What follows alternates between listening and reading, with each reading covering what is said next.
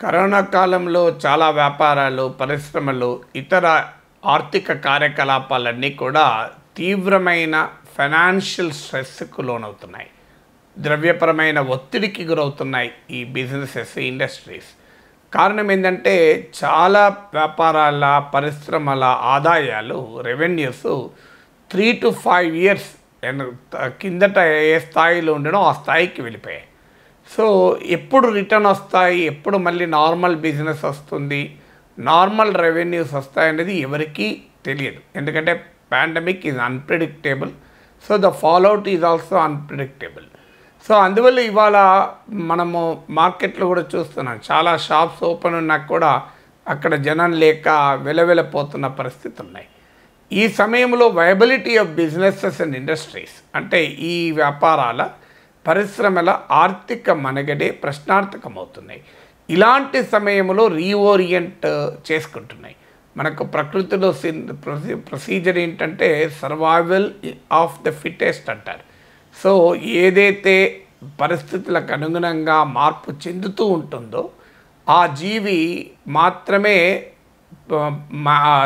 సమాజంలో, ప్రకృతిలో మనుగడ సాధిస్తుంది. సో ప్రకృతికి అనుగుణంగా తనకు తాను మార్పు చెందని జీవి అంతరించిపోతుంది.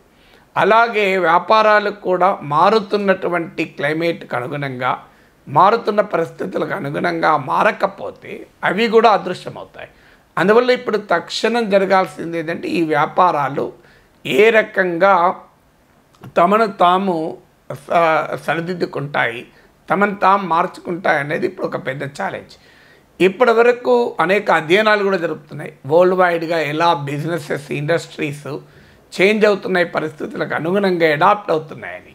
అవి మీకు కూడా మీతో పాటు పంచుకుంటే మీరు కూడా అవసరం ఉన్నదాన్ని మీరు అడాప్ట్ చేసుకోవడానికి ఉపయోగపడుతుంది. ఒకటి ఏంటంటే taking control over the balance sheets.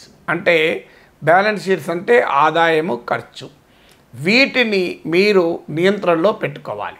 ఆదాయాన్ని మనం నియంత్రణలో పెట్టుకునే పరిస్థితి మనకు లేదు, ఎందుకంటే it is not in our control.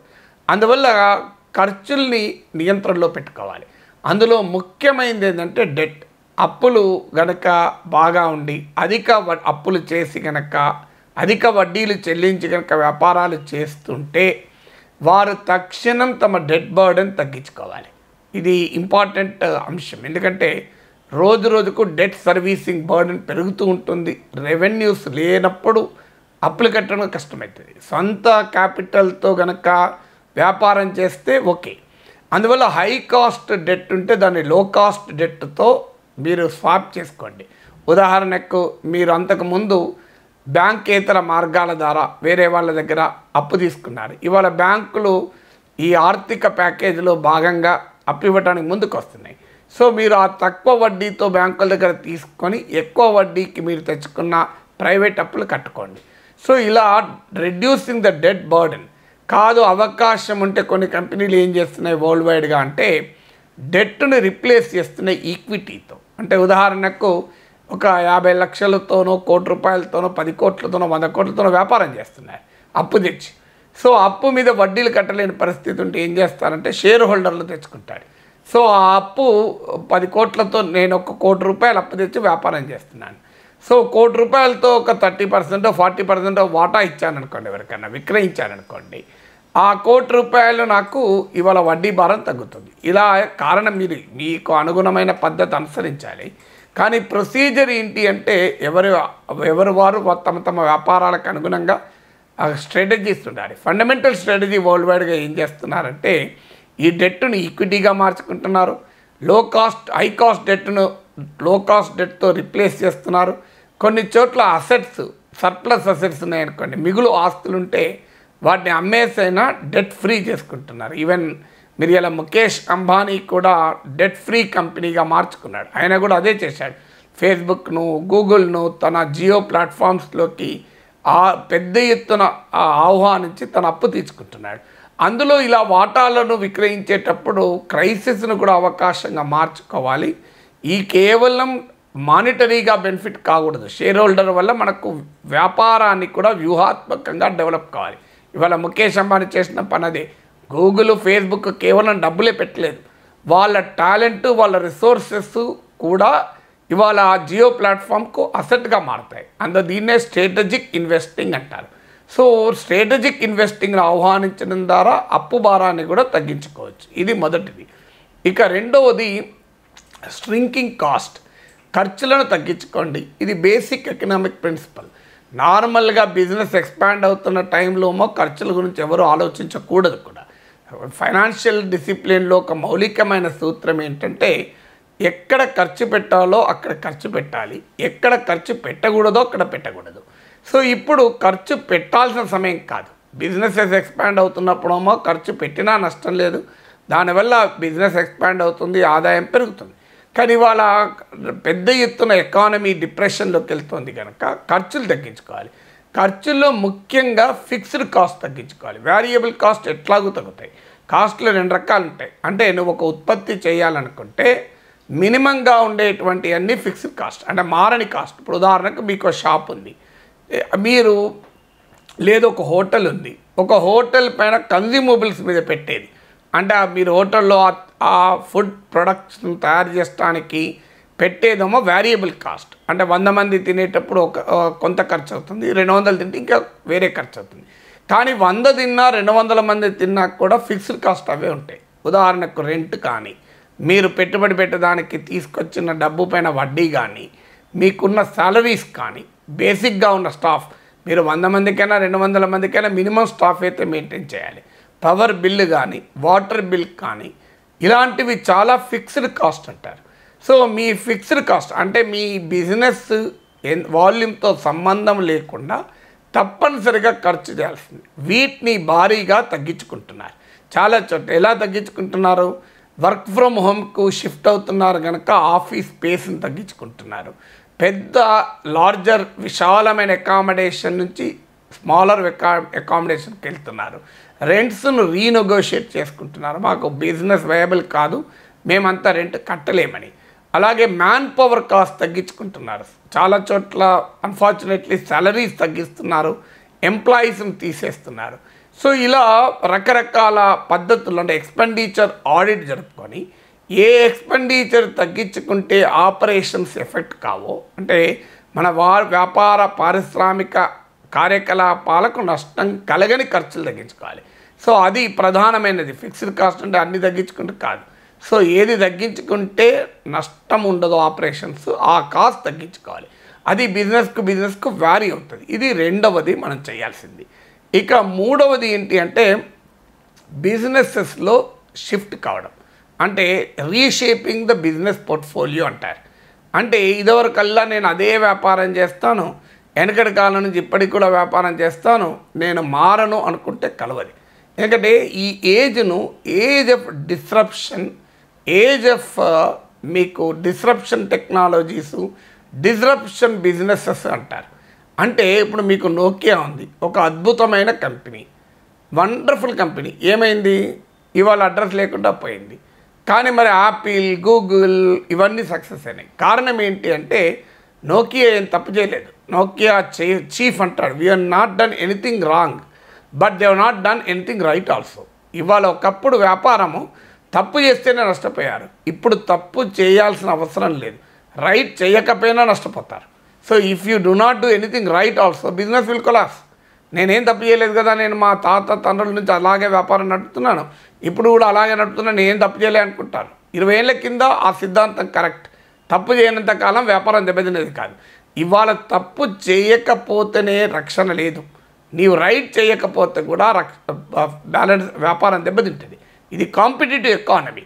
అందువల్ల నీ బిజినెస్ను రీషేపింగ్ చేసుకోవాలి. ఇది థర్డ్ ఆస్పెక్ట్. ఏంటి రీషేపింగ్ అంటే వాల్యూ పెంచుకునే విధంగా రీషేప్ పెంచుకోవాలి. అంటే నీ వ్యాపారంలో విలువ పెరగాలి. అంటే నువ్వు కొత్త ఉత్పత్తులు చేస్తావా, లేకుంటే కొత్త మార్కెట్లను క్యాప్చర్ చేస్తావా, అందులో కూడా క్యాపిటల్ ద్వారా వాల్యూ పెరగద్దు. ఎందుకంటే మళ్ళీ ఇన్వెస్ట్మెంట్ పెరుగుతుంది, ఇన్వెస్ట్మెంట్ బర్డెన్ పెరుగుతుంది. కానీ innovation and knowledge led value addition అయితే, అంటే మీరు కొత్త ధనాన్ని, నవీన ఆవిష్కరణలతో కొత్త రకాన్ని తీసుకురావడం ద్వారా మీ వ్యాపారాన్ని పెంచుకునేందుకు ఆలోచించారనుకుందాం. సో దానివల్ల ఏమవుతుంది అంటే మీకు క్యాపిటల్ ఇన్వెస్ట్మెంట్ తగ్గుతుంది. సో క్యాపిటల్ ఇవాళ చాలా మీడియా సంస్థలు రెవెన్యూ తగ్గాయి కనుక ఆన్లైన్ ప్లాట్ఫామ్స్ మీద ఎంఫసిస్ పెంచాయి. వెబ్సైట్ల పైన, యూట్యూబ్ ఛానల్స్ పైన, మీకు రకరకాల ఆన్లైన్ ప్లాట్ఫామ్స్ పైన ఎంఫసిస్ పెంచాయి. ఎందుకంటే వారికి ఇంకో మార్గం లేదు కనుక. ఇప్పుడు మీకు ఆఫ్లైన్ స్టోర్ ఉంది, దాన్ని మీరు ఆన్లైన్ స్టోర్గా ఆన్లైన్ డెలివరీ కూడా పెడతారా అంటే అదనంగా పెట్టుబడి ఉండకూడదు, కానీ మీ నాలెడ్జ్ ద్వారా, మీ ఇన్నోవేషన్ ద్వారా మీ వ్యాపారాన్ని ఎక్స్పాండ్ చేసుకోవాలి. ఇది కూడా ఆయా బిజినెస్లు స్పెసిఫిక్గా ఎలా ఉంటాయనేది వాళ్ళు ఆలోచించాలి. నాలుగవది ఏంటంటే digitize the activities, embrace the digital technology అంటున్నారు. అంటే డిజిటల్ టెక్నాలజీ వినియోగం విపరీతంగా పెరిగింది. సో డిజిటల్ టెక్నాలజీస్ వల్ల ఏమవుతుందంటే కాస్ట్ కూడా తగ్గుతుంది, భారీగా ఖర్చులు తగ్గుతాయి. సో ఏమి డిజిటైజ్ చేయొచ్చు? అన్నీ డిజిటైజ్ చేయొచ్చు. మీ కస్టమర్ రిలేషన్స్ను, ఎక్స్పీరియన్స్ను డిజిటైజ్ చేయొచ్చు. మీరు ఉదాహరణకు మీ షాప్కు వచ్చి మీరు ఆ కస్టమర్ నిలబడి ప్యాక్ చేసుకొని తీసుకెళ్లాల్సిన అవసరం లేదు. సింపుల్గా మీకు ముందే వాట్సాప్లో కనుక ఇన్వెంటరీ పంపితే మీరు ఆ బిజినెస్ కస్టమర్ వచ్చే వరకు అన్నీ రెడీ చేసి పెడతాం. కస్టమర్కి ఒకసారి క్వాలిటీ చూపెట్టి ప్యాక్ చేసి ఇచ్చేస్తాం.